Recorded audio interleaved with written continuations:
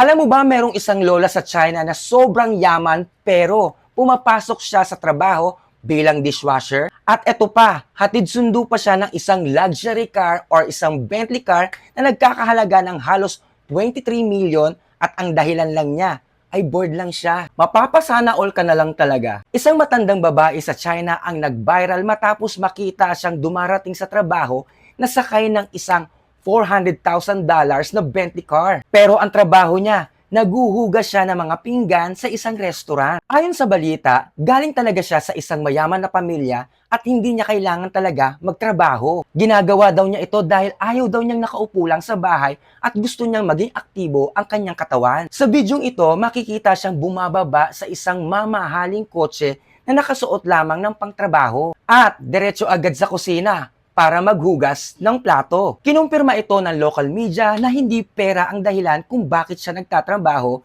kundi para hindi siya mainip. At syempre para na din makihalubilo sa ibang tao. Maraming humanga kay Lola dahil pinili niya ang purpose at community kaysa sa status ng kanyang karangyaan.